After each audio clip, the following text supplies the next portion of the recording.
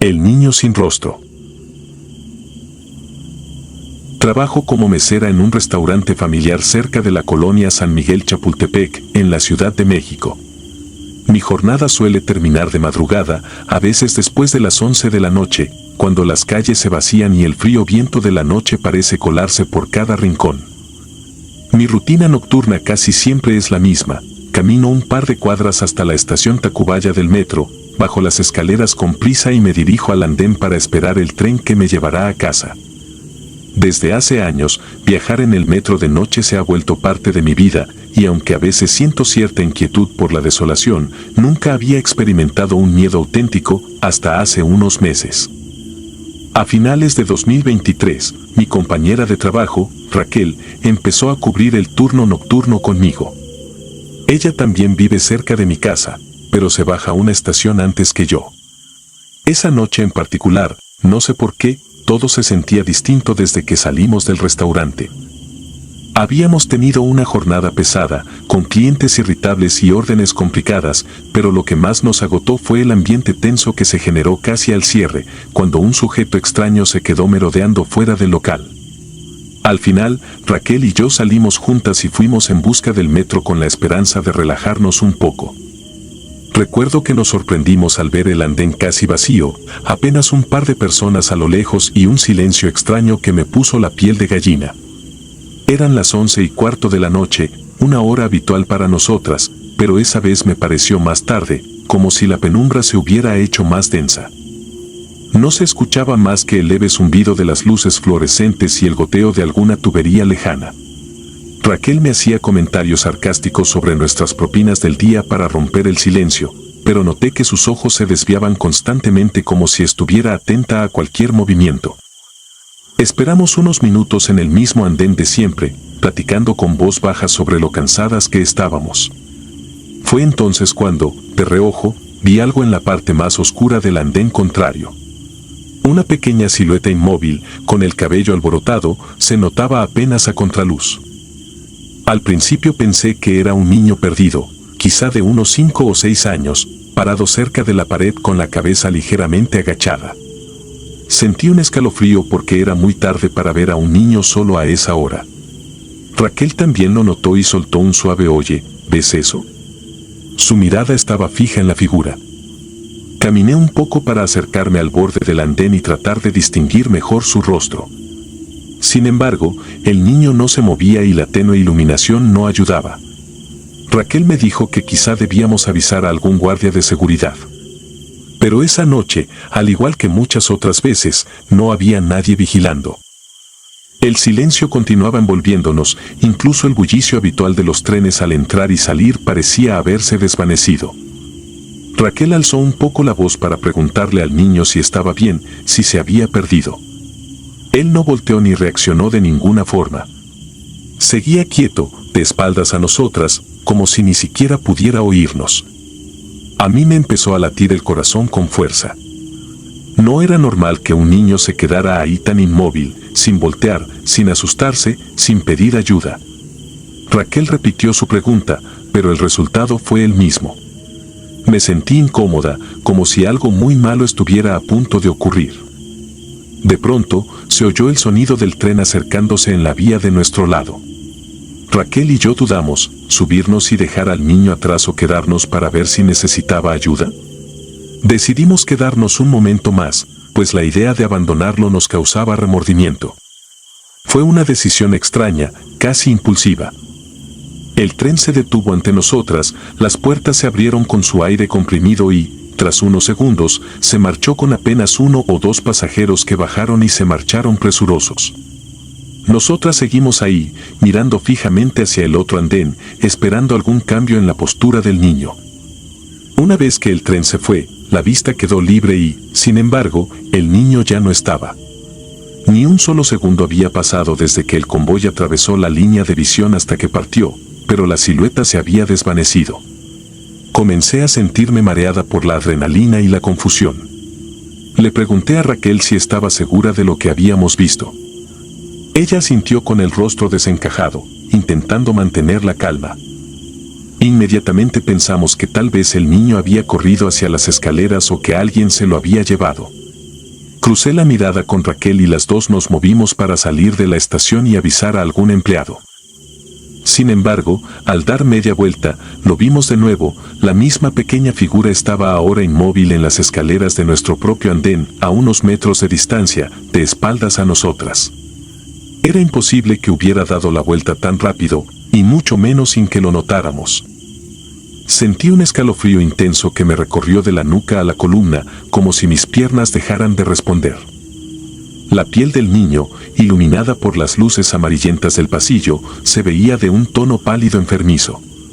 La ropa era sencilla, tal vez un pantaloncito oscuro y una camiseta desgastada. Pero lo que de verdad me aterrorizó fue la forma en que su cabeza se inclinaba ligeramente, con el cabello oscuro cubriéndole casi toda la nuca, sin que pudiéramos ver ni un pedacito de su rostro. Raquel lo llamó en voz temblorosa. No hubo respuesta, ni siquiera un gesto mínimo. Parecía un maniquí, un muñeco inerte puesto ahí con la única intención de asustarnos. Contra mi voluntad, di un paso hacia él. No sé qué me empujó a acercarme, tal vez la necesidad de confirmar que no era mi imaginación. Raquel me sujetó del brazo con fuerza, susurrándome que no lo hiciera, que algo en esa escena no estaba bien. Le hice caso omiso. Quería tocarle el hombro para que volteara. Cuando mi mano estaba a apenas unos centímetros de su playerita, escuché el gemido más inhumano que haya podido brotar de una garganta. Un chillido agudo, como si fuese un animal herido mezclado con un susurro ronco, resonó por las paredes del túnel. En ese mismo instante, el niño saltó un paso atrás, sin girar el rostro, y en un movimiento antinatural, casi arrastrando los pies, se perdió en la penumbra de las escaleras. Sentí que el corazón me estallaba en el pecho y solté un grito ahogado mientras Raquel me jalaba con fuerza para correr. Ni siquiera consideramos perseguirlo. Escapamos como pudimos, tropezando con los escalones, sintiendo que en cualquier momento esa cosa nos tocaría la espalda y nos arrastraría a algún rincón oscuro de la estación. Llegamos de vuelta al andén y el siguiente tren ya se aproximaba. Parecía que tardó un siglo en aparecer. Cuando por fin se abrieron las puertas, entramos casi a empujones y nos colapsamos en los asientos, con la respiración agitada y la mente confundida. El vagón estaba casi vacío, solamente había un hombre dormido en un extremo y una mujer de avanzada edad con varias bolsas a su lado. Raquel se cubría el rostro con las manos mientras yo intentaba procesar lo ocurrido. En silencio, la mujer se nos quedó mirando y, tras un momento que pareció eterno, dijo con voz queda: «¿Lo vieron, verdad?». No supe qué contestar, sentí un escalofrío al comprender que se refería a ese niño o lo que fuera. Apenas pude asentir con la cabeza. La mujer continuó hablando con un tono monocorde, como si estuviera acostumbrada a narrar esta clase de historias. Dijo que durante muchos años había oído hablar de un niño que aparecía en distintas estaciones del metro a altas horas de la noche, casi siempre en lugares oscuros o cuando no había mucha gente. Agregó que no todos lo veían y que, quienes sí lograban verlo, parecían quedar marcados por su presencia. La mujer habló de personas que habían perdido el sueño durante meses, perseguidas por pesadillas en las que veían ese mismo cuerpo pequeño y pálido, con la cabeza gacha, acercándose lentamente hasta hacerle sentir una presión en el pecho tan fuerte que despertaban llorando. Comentó también que había escuchado a alguien decir que si llegabas a ver su rostro, eras incapaz de borrarlo de tu memoria. Sus ojos, según contaban, eran enormes y totalmente negros, como pozos sin fondo, y su sonrisa era ancha, retorcida, con labios violáceos que dejaban ver unos dientes filosos como dagas. Mientras escuchaba, mi mente se inundaba con imágenes que preferiría no tener. Me estremecí ante la idea de haber estado a punto de forzarlo a voltearse, de haber estirado la mano para tocarle el hombro. ¿Qué habría pasado si lo hubiera hecho? Me daba escalofríos pensar que, tal vez, en ese preciso instante habría visto un horror indescriptible. Recordé su chillido y me subió un nudo a la garganta. La mujer terminó con una especie de advertencia: cuiden siempre con quien viajan. Si lo vuelven a ver, corran. No lo enfrenten, no le insistan y, sobre todo, no se acerquen lo suficiente para mirarle la cara. Dijo esto sin dramatismos, más como un consejo que se da a una nieta antes de salir de noche. Guardamos silencio. El vagón siguió avanzando con su traqueteo, deteniéndose de vez en cuando hasta llegar a la estación donde Raquel tenía que bajarse. Nos despedimos de la mujer rápidamente y ella solo respondió con un leve movimiento de cabeza. El trayecto hasta mi casa fue un suplicio. Me sentía vulnerable, como si incluso las luces del vagón pudieran extinguirse en cualquier momento y dejarme a solas con esa presencia que parecía rondar el subterráneo. Cuando por fin llegué a mi estación, mis piernas temblaban tanto que apenas podía mantenerme en pie. Subí las escaleras con prisa y crucé la calle hacia mi casa, mirando sobre mi hombro cada pocos pasos.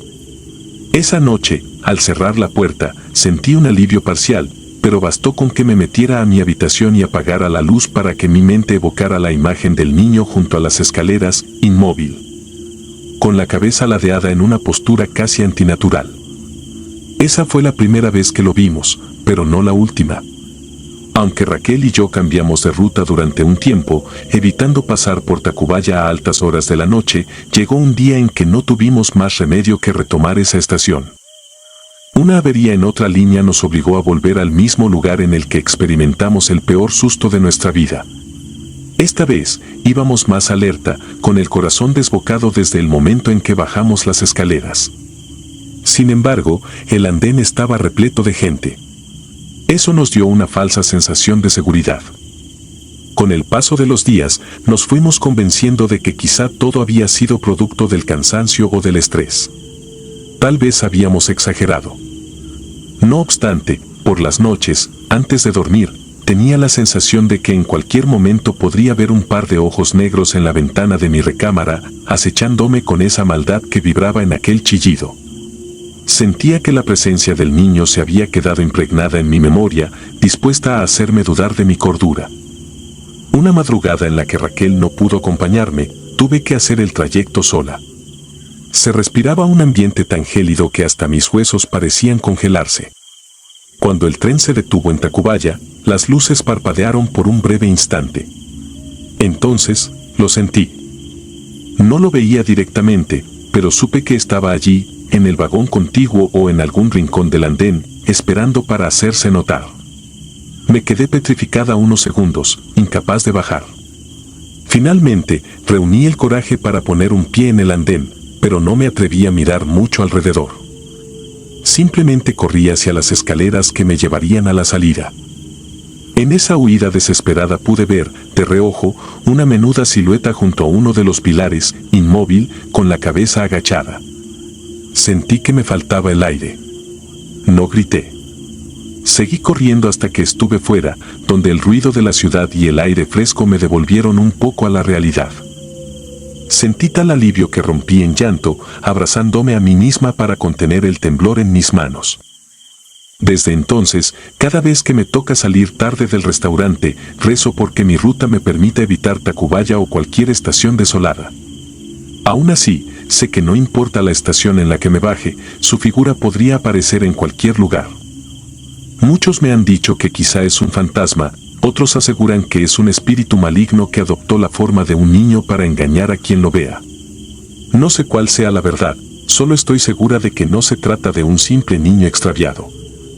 Hay noches en las que aún despierto sobresaltada, escuchando en mi cabeza ese chillido perturbador, esa mezcla entre llanto y alarido bestial que el niño soltó cuando intenté tocarle el hombro.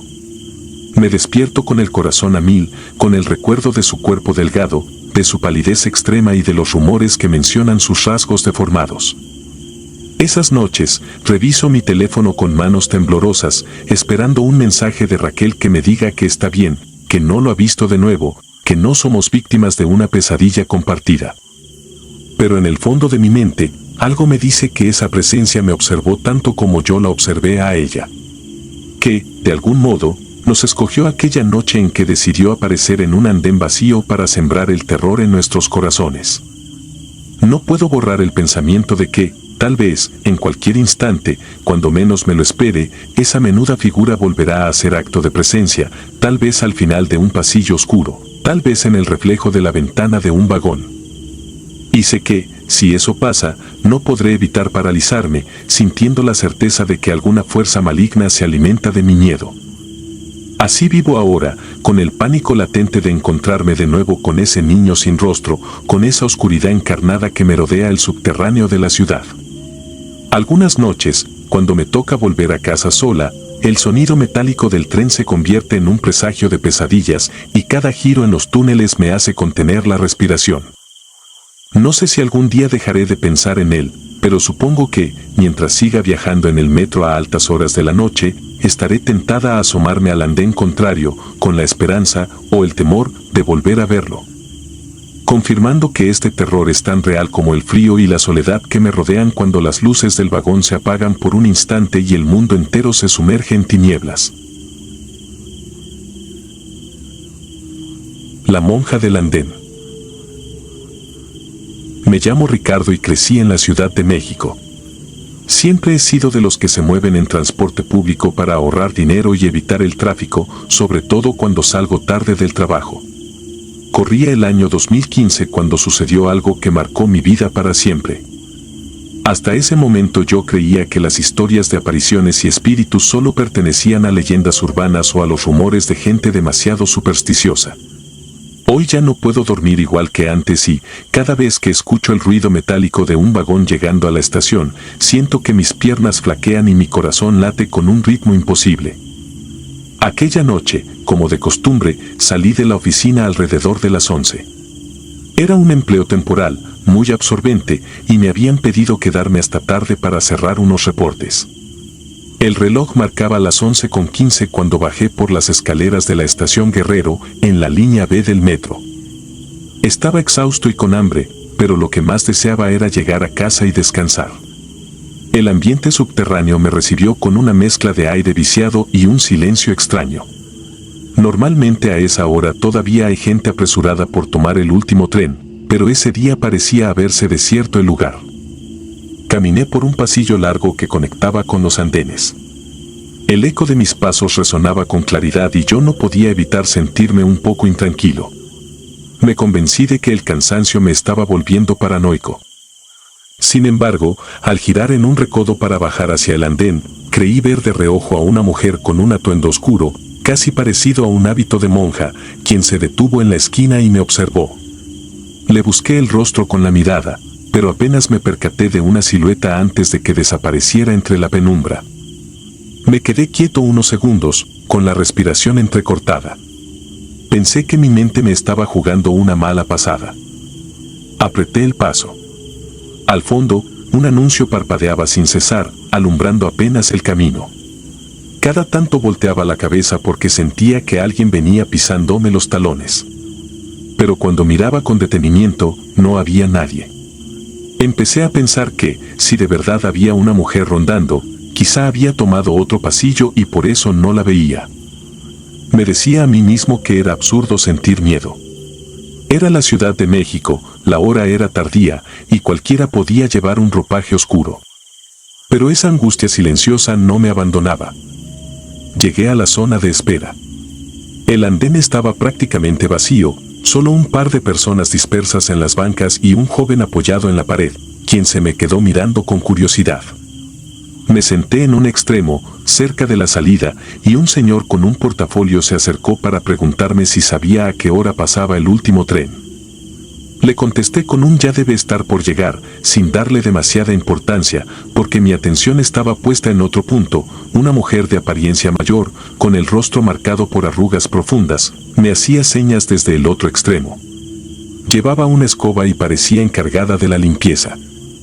Se acercó lenta, casi arrastrando los pies, y me susurró algo que no logré entender por completo. Alcancé a distinguir la palabra cuidado y que me señalaba con la mano. Traté de preguntarle qué pasaba, pero ella se llevó un dedo a los labios, como pidiendo silencio, y retrocedió unos pasos. Me quedé allí, confundido, sintiendo un peso extraño en el pecho. Entonces, el tren entró con un rechinar metálico que me crispó los nervios. Subí al vagón con la esperanza de que ese presentimiento se quedara atrás. Dentro viajaban pocas personas, casi todas con semblantes cansados. Lo que me llamó la atención fue una mujer que sostenía a un perro pequeño. Este comenzó a ladrar de manera desesperada apenas cruzó la puerta. Era un ladrido insistente que se dirigía a la parte posterior del vagón. La mujer, visiblemente apenada, intentaba calmarlo. El animal no respondía a sus órdenes y las pocas personas a bordo volteamos a ver qué lo alteraba. Así fue como la vi de nuevo. Parada tras la ventanilla que conecta con el siguiente vagón, envuelta en una especie de hábito oscuro, la misma silueta que me había parecido ver en los pasillos. No se movía y no podía verle los rasgos faciales con nitidez, pero sentía su mirada. De pronto se esfumó, como si se hundiera en la oscuridad. Fue tan rápido que dudo si alguien más aparte de mí se percató de ello, aunque el perro seguía ladrando sin control. El tren continuó su trayecto sin detenerse en ninguna estación. No había motivo para que esa extraña mujer desapareciera tan rápido, sin siquiera abrir la puerta que separa los vagones. Sentí un escalofrío que recorrió mi nuca. Llegamos a mi parada tras algunos minutos. Bajé apresurado. No me fijé si la mujer con el perro también descendía o si la extraña figura enlutada seguía rondando por ahí. Solo quería salir lo antes posible de ese laberinto de túneles. El reloj marcaba casi medianoche. El personal del metro anunciaba por las bocinas que la estación estaba a punto de cerrar. Sentí un impulso urgente de ir al baño antes de caminar hasta mi casa. La idea de usar un baño público a esa hora no me entusiasmaba, pero sentía que no aguantaría hasta llegar. Así que corrí hacia donde se ubicaban los sanitarios, casi vacíos. Dentro, el silencio pesaba. Hice lo que tenía que hacer, sintiendo el corazón latiendo con fuerza. Al terminar, me acerqué al lavabo. Mientras me enjabonaba las manos, escuché pasos que se aproximaban. Se detuvieron justo en la entrada. Me quedé quieto, con la respiración contenida. No oía nada más que un goteo incesante en el lavamanos y el zumbido lejano de la iluminación fluorescente. Me armé de valor y asomé la cabeza para ver si alguien estaba allí. El pasillo estaba vacío. Esa soledad se me clavó en el pecho.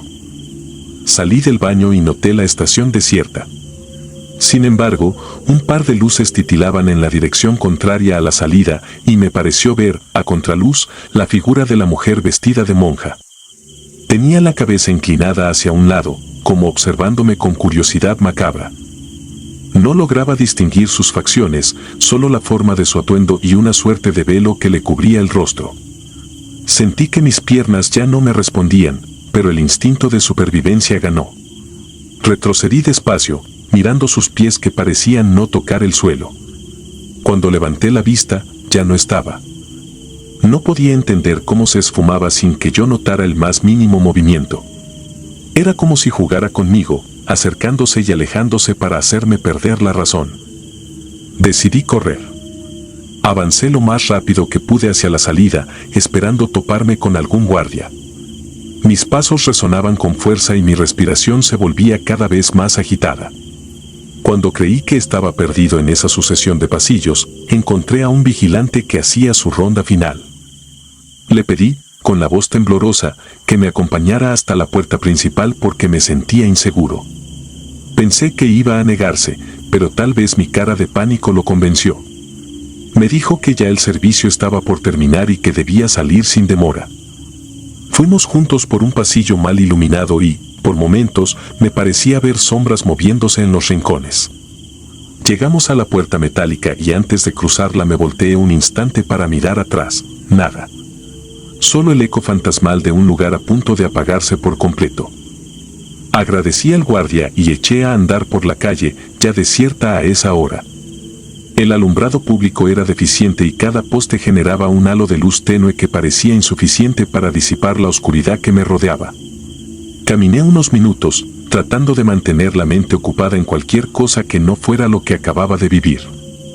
Pero no pude evitarlo. Seguí sintiendo esa mirada puesta en mí. Vino un impulso repentino de voltear. La vi parada detrás de un automóvil, a unos metros de distancia. Esa silueta encorvada, con el velo oscuro y la postura rígida. Mis ojos se llenaron de un terror indescriptible. No esperé a que se acercara más, corrí con tanta fuerza que me ardieron los pulmones. Sentía mis pasos retumbando en mis oídos y las calles se hacían cada vez más largas, como si nunca fuera a llegar a mi casa. Cuando por fin alcancé mi edificio, subí las escaleras casi a trompicones, tropezando con la alfombra del pasillo. Entré y eché el cerrojo de inmediato. Mis padres viven en la planta alta, así que fui hasta su puerta para llamarlos con desesperación. Apenas mi madre vio mi cara me hizo entrar, y sin hacer demasiadas preguntas me ofreció agua, prendió una veladora y colgó un crucifijo sobre la puerta. Ella es sumamente creyente y lo primero que dijo fue que aquello que me perseguía era algo maligno que se alimenta del miedo de las personas. Su convicción me reconfortó un poco, aunque yo no terminaba de creer del todo en esas cosas paranormales. Sin embargo, cuando recordaba la forma en que esa mujer aparecía y desaparecía, sentía que mi descreimiento se resquebrajaba.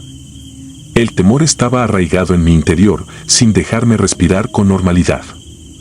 Esa noche apenas pude conciliar el sueño. Tenía la impresión de que, al cerrar los ojos, vería a la mujer con atuendo de monja inclinándose sobre mí. Cada crujido en la casa, cada sombra reflejada en la ventana, me hacía saltar. Mi madre entró a mi cuarto en un par de ocasiones para rezar en voz baja y ofrecerme protección espiritual. Aunque no soy muy religioso, se lo agradecí en el alma. Cualquier pequeño alivio era bienvenido. Los días siguientes me rehusé a tomar el metro. Prefería gastar el poco dinero que tenía en taxis o caminar largos trayectos. Mis amigos se burlaban y decían que quizá había visto a alguna vendedora ambulante vestida de negro. Ellos jamás habían visto lo que yo. Nunca sintieron ese pavor desgarrador, ese escalofrío en la columna vertebral que te hace sentir observado y vulnerable. Llegué a pensar que me estaba volviendo loco, que quizá el estrés y las horas extra de trabajo me habían llevado a una alucinación. Pero algo dentro de mí susurraba que todo había sido demasiado real. Esa silueta, esos pasos en el baño, el perro ladrando desesperado en el vagón, no podía ser simplemente un producto de mi imaginación. Con el tiempo, empecé a investigar leyendas urbanas del metro de la Ciudad de México y descubrí que muchas personas aseguran haber visto a una figura femenina vestida de monja, vagando por los túneles en horas avanzadas de la noche. Algunos la describen como un espíritu de una mujer que desapareció décadas atrás en circunstancias misteriosas. Otros dicen que es una entidad que busca robar el alma de personas vulnerables. No hay un relato oficial, pero los testimonios son tan aterradores como similares a lo que viví. De vez en cuando me entra la tentación de volver a bajar a esas estaciones solitarias, como si quisiera tener la certeza de que no fue mi imaginación. Pero el recuerdo de aquellos ojos invisibles, clavados en mí desde la penumbra, me hace temblar. Aún hoy, si alguien me cuenta que viajó a medianoche y vio a una persona con un atuendo oscuro por los pasillos, me recorre un terror visceral y me asaltan pesadillas durante días. Sé que algunos pensarán que exagero o que busco llamar la atención, pero si vivieran un segundo de esa persecución, sabrían que hay cosas allá abajo, en la profundidad del subterráneo, que no se pueden explicar con la razón. No sé qué era esa monja o qué intenciones tenía. Ni siquiera estoy seguro de que fuera un ser humano.